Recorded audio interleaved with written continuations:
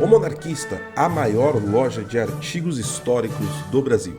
Acesse www.omonarquista.com.br. Olá amigos, tudo bem? Este é o seu canal PH Vox e eu sou o Ivan Kleber aqui da Inglaterra.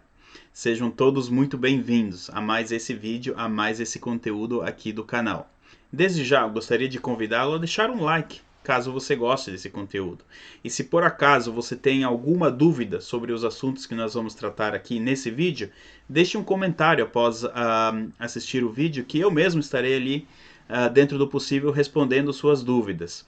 Então, e caso você não seja inscrito ainda no canal, não custa nada. Se inscreve aí e ative o sininho, assim você estará recebendo sempre as notificações do YouTube quando nós estivermos disponibilizando algum vídeo, algum material ou até mesmo as lives. Então hoje o assunto que nós vamos abordar aqui é essa movimentação que tem acontecido no Mar do Sul da China, não é?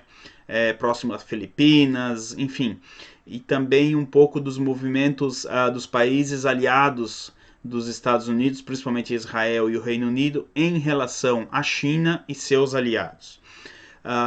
Portanto, o que nós sabemos é que os Estados Unidos têm ampliado de maneira significativa a sua presença militar através da Marinha no Mar do Sul da China, muito próximo à China, não é? E qual seria o objetivo dessa ação? Uma vez que a China também tem aumentado a sua presença militar na região. Contudo, a gente precisa primeiro entender uma coisa. Os Estados Unidos aumentarem a presença militar significa um número muito maior do que a China pode colocar na região. Porque, veja bem, enquanto os Estados Unidos conta com 11 porta-aviões operativos, a China conta com apenas 2.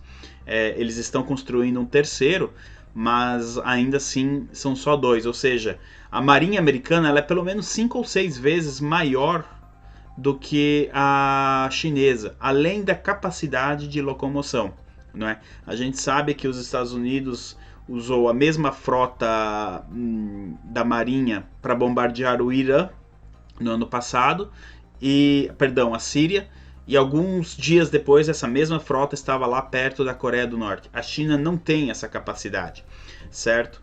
Então, a presença militar ali americana reforçada também pelos seus aliados, principalmente o Reino Unido e a Austrália, ela serve mais como ela vai fazer um trabalho de contenção, para que não venha nenhuma ideia estapafúrdia do Partido Comunista Chinês, como uma invasão, por exemplo, de Taiwan, ou até mesmo um ataque às Filipinas, certo? A China, ela sabe muito bem que ela não pode competir nos mares contra as forças americanas e britânicas. Alguns expertos de batalha naval, digamos assim, que a gente andou consultando, e a experiência também que nós temos, nos ensina que a China, ela, num confronto direto marinho com os americanos, ela não suportaria mais do que 2 ou 3 semanas. Tá? O grande potencial da China é o número de soldados ativos.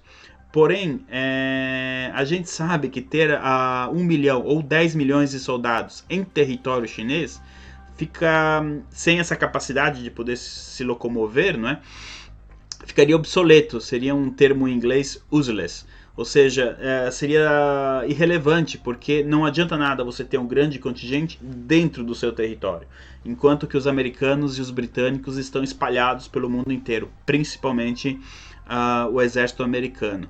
Na minha opinião, não há motivo para se preocupar, pois os Estados Unidos não têm nenhum interesse em atacar um navio chinês. E muito pelo contrário, a China em atacar a América, não é? Como eu falei no começo, essa tentativa dos Estados Unidos é mais uma marcação de território mesmo e um recado claro para a China. Não façam besteira. Por outro lado, a gente poderia consultar um aliado chinês que está muito quieto nesse momento, que quase ninguém fala, que é a Rússia, não é? Esse silêncio da Rússia, ele é um pouco preocupante. Porém, há já quem se pergunte, embora a gente saiba que sim, a Rússia ela é alinhada da China, até onde a Rússia estaria disposta a pagar um preço por colaborar militarmente diretamente com a China, não é? O preço seria muito alto, talvez.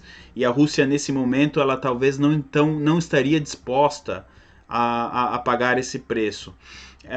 Nesse tempo, então, os Estados Unidos vai posicionando, sim, ali a sua presença militar no mar da China. Nós sabemos que o Partido Comunista Chinês, o Xi Jinping, ele não quer isso, e é justamente por isso que os Estados Unidos está tomando essa ação. Do outro lado, da guerra comercial, digamos assim, o Reino Unido começou a semana com algumas ações muito importantes. Primeira, através do seu secretário, digamos assim, o ministro de Relações Exteriores, não é? O Dominic Raab. Anotem esse nome, do Dominic Raab. Ele poderá ser o primeiro-ministro britânico em alguns anos. Ele vem fazendo uma ótima escalada ali dentro do partido e as suas ações têm sido muito eficazes dentro do governo. Então a sua popularidade está crescendo muito aqui no Reino Unido. O Dominic Raab deixou claro que o Reino Unido irá sim avançar com a ideia de fornecer 3 milhões de passaportes a cidadãos de Hong Kong, dando a eles a possibilidade de sair da ilha, digamos assim, e não viver sobre o regime chinês. Esses cidadãos, uma vez em posse do passaporte britânico, não é? Eles poderiam então ter uma facilidade para entrar na Austrália, nos Estados Unidos, no Canadá, não só no Reino Unido propriamente dito. Essa é a ideia de fornecer os passaportes. É óbvio que nós não teremos 3 milhões de cidadãos de Hong Kong vindo morar em Londres, mas pelo menos que eles tenham a possibilidade, caso necessário, de uma eventual fuga do regime. Isso tem incomodado muito Pequim. Outra decisão que está para ser anunciada dentro de alguns dias é a suspensão total da operação da Huawei aqui no Reino Unido. A gente sabe que em janeiro houve um relatório em que os britânicos estavam dispostos a ceder 35% da operação dessa nova tecnologia 5G aqui na Britânia para a Huawei. Porém, essa decisão ela foi desconsiderada e, como nós sabemos, algumas fontes da Sky News aqui de Londres e do Daily Telegraph já deixaram claro que será o próprio primeiro-ministro Boris Johnson a fazer anúncio dentro de alguns dias ou talvez na semana que vem de que a Huawei esteja fora dessa disputa então pelo 5G. E mais, eles vão pressionar as outras operadoras, a Vodafone, EE, dentre outras, para que não tenham vínculos com a China. Caso o governo chinês, através, enfim, de outras empresas, adquira ações dessas operadoras de celular, elas perderão o direito de participar do leilão do 5G. Essa é uma ação muito direta que também tem deixado Pequim revoltada. Ontem, na segunda-feira, eu estou gravando esse vídeo numa terça-feira, o embaixador da China aqui em Londres, embaixador no Reino Unido pela China, mandou uma mensagem clara dizendo que isso seria uma interferência do Reino Unido nos negócios chineses e que isso poderia acarretar outras consequências no campo econômico. Pois bem, é isso mesmo que o Reino Unido busca.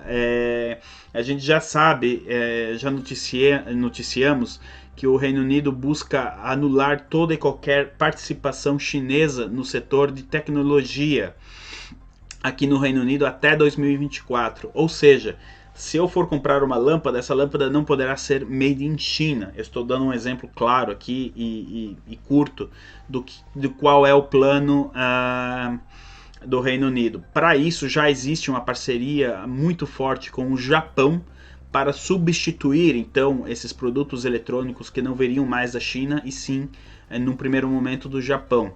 Mas o Reino Unido está aberto a outros mercados também. A gente sabe que a Índia tem uma aproximação muito forte aqui com os britânicos, então de repente a Índia poderia vir a substituir o mercado chinês. Mas no primeiro momento o Reino Unido está olhando para o Japão. Eu não excluo ainda a possibilidade de uma investida, digamos assim, de uma procura, de uma piscada de olho de Londres para Brasília.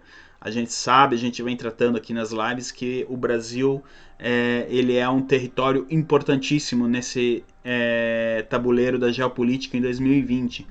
Eu tenho a forte convicção que se não fosse a questão do vírus chinês, nós já teríamos esse contato entre Londres e Brasília. Eu acredito que talvez no segundo semestre ele possa ocorrer. Então, isso beneficiaria muito o agronegócio brasileiro, principalmente. Pois bem, pessoal, o motivo desse vídeo curto, rápido, era explicar que, então, essa presença militar americana na costa da China serve mais como contenção do que como uma possibilidade de ataque. Se vocês me perguntarem se eu estou preocupado com essa ação americana, não, eu não estou preocupado. Eu acredito que não vai acontecer nada de mais grave. O único problema que a gente tem, e aí quem viveu a Guerra Fria sabe disso, é que volta e meia a gente tem aí ambos os lados fazendo operações de treinamento, não é? E aí por engano, enfim, por algum erro, de repente um avião ou outro pode ser abatido. Mas isso seria ainda contornável, ambos os países teriam interesse em abafar o caso, ou seja, resolver já por ali mesmo. Eu, nos próximos meses, não vejo uma ação direta dos Estados Unidos na China do ponto de vista militar. Porém, nós precisamos ficar muito atentos com a divisa da China e da Índia. Ali sim, alguma coisa pode acontecer de fato, como já aconteceu há 2 semanas atrás. Porém, isso seria motivo de um outro vídeo, de uma outra explicação. Eu espero que vocês tenham gostado, então, dessa rápida explicação dos fatos que ocorreram aí no fim de semana. E convido você, mais uma vez, a dar o like, a se inscrever no canal. Você tem a opção de se tornar membro e, quem sabe, visitar a nossa livraria, que está aqui embaixo no www.livrariapharaújo.com.br. Seria outra forma de colaborar com o canal, pessoal. Então é isso, nos vemos no Conexão Europa dessa sexta-feira. Eu, meu amigo Paulo Henrique e o Braz Oscar. É isso, um grande abraço, pessoal. Tchau, tchau.